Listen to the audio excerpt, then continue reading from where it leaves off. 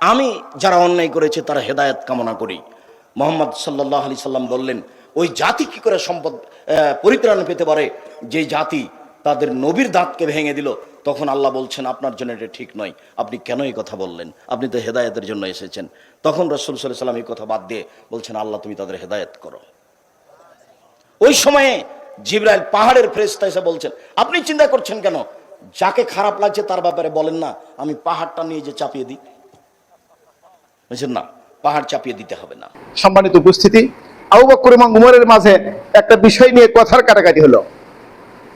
আবু বকর তার সঙ্গে রুড আচরণ করলেন, একটা খারাপ আচরণ করলেন। উমর রাদিয়াল্লাহু তাআলা অত্যন্ত ব্যথিত হলেন। তারপর তিনি বাড়িতে গেলেন। আবু বকর রাদিয়াল্লাহু তাআলা তার মনের ভাব দেখে তিনি তার পিছু নিলেন, তার নিকট ক্ষমা প্রার্থনা করলেন যে আমাকে ক্ষমা করে দিন। কিন্তু উমর রাদিয়াল্লাহু তাআলা ক্ষমা করতে রাজি হলো না। অবশেষে তার বাড়ি পর্যন্ত আবু বকর পৌঁছলেন, তার সামনেই ঘরের দরজা তিনি বন্ধ করে দিলেন। আবু বকর রাদিয়াল্লাহু তাআলা তার নিকট থেকে ক্ষমা না পেয়ে রাসূল সাল্লাল্লাহু আলাইহি সাল্লামের দরবারে আসলেন। তারপর বললেন, হে আল্লাহর নবী, আমি একটি বিষয়ে উমরের সঙ্গে খারাপ আচরণ করেছি, একটা ভারসাম্যহীন আচরণ করেছি, আর আমি তার নিকট ক্ষমা প্রার্থনা করেছি, কিন্তু সে আমাকে ক্ষমা করলো না। হে আল্লাহর নবী, আমি প্রথম অপরাধ করেছি আর সে আমাকে ক্ষমা করলো না। আল্লাহ রাসূল সাল্লাল্লাহু আলাইহি সাল্লাম বললেন, আবু বকর বসো, আল্লাহ তোমাকে ক্ষমা করবে। আবু বকর বসো, আল্লাহ তোমাকে ক্ষমা করবে। আবু বকর বসো, আল্লাহ তোমাকে ক্ষমা করবে। এদিকে অনুশোচনার সুদীপ্ত দহনে দাউ দাউ করে জ্বলছিলেন উমর রাদিয়াল্লাহু তাআলা।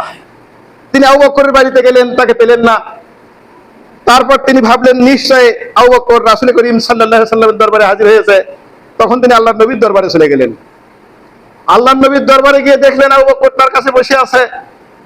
তিনি আবু বকরকে দেখে আবু বকর ভাবলেন যে আল্লাহর নবী মুহাম্মদুর রাসূলুল্লাহ সাল্লাল্লাহু আলাইহি সাল্লাম আবু বকরের কারণে উমরের উপর খেপে যাবে। তাই তিনি বারবার আবার বলতে লাগলেন, হে আল্লাহর নবী, আমি ভুল করেছিলাম আর আমি তার নিকট ক্ষমা প্রার্থনা করেছি, কিন্তু সে আমাকে ক্ষমা করেনি। তখন আল্লাহ রাসূল বললেন, হে আবু বকর, তুমি বসো, আল্লাহ তোমাকে ক্ষমা করবে। সাথীদেরকে বললেন যে, শুনুন, এমন এক সময় আসলো যে সময় আমি প্রথম নবী হয়ে পৃথিবীতে আসলাম, তাওহীদ রিসালাতের দায়িত্ব নিয়ে। তোমরা সবাই বলতে মুহাম্মদ মিথ্যা বলেছে, মুহাম্মদ মিথ্যা বলেছে, মুহাম্মদ মিথ্যা বলেছে। আর আবু বকর বলেছে মুহাম্মদ সত্য বলেছে। আবু বকর বলেছে মুহাম্মদ সত্য বলেছে। তখন আমার পাশে কেউ ছিল না। আবু বকর তার কন্যা দিয়ে, তার সম্পদ দিয়ে, তার জীবন দিয়ে আমাকে সাহায্য করেছে। অন্তপক্ষে আমার খাতিরে তোমাদের এই সাথীকে তোমরা অব্যাহতি দান করো। বর্ণনাকারী বলেন, এরপর আর কোনোদিন আবু বকরকে আর কোনো বিষয়ে সাহাবায়ে কেরাম কষ্ট দেননি। তার মানে হলো, কোনো বিষয় যখন সামনে আসবে নিজের অপরাধটা স্বীকার করে নিতে হবে। এটা হলো যোগ্যতা। আমরা কেউ ছোট হতে চাই না, নিজের অপরাধ কেউ আমরা স্বীকার করতে চাই না। সে আলেম হোক আর জাহেল হোক, আলেমেরা তো আরো বদ। কেমন বদ? আলেমের দ্বারা দিনের যত ক্ষতি হচ্ছে, সাধারণ মানুষের দ্বারা কিন্তু এত ক্ষতি হচ্ছে না। আওয়ামী লীগ ইসলামের যে ক্ষতি করছে, আলেম তার চেয়ে সবচেয়ে বড় ক্ষতি করছে।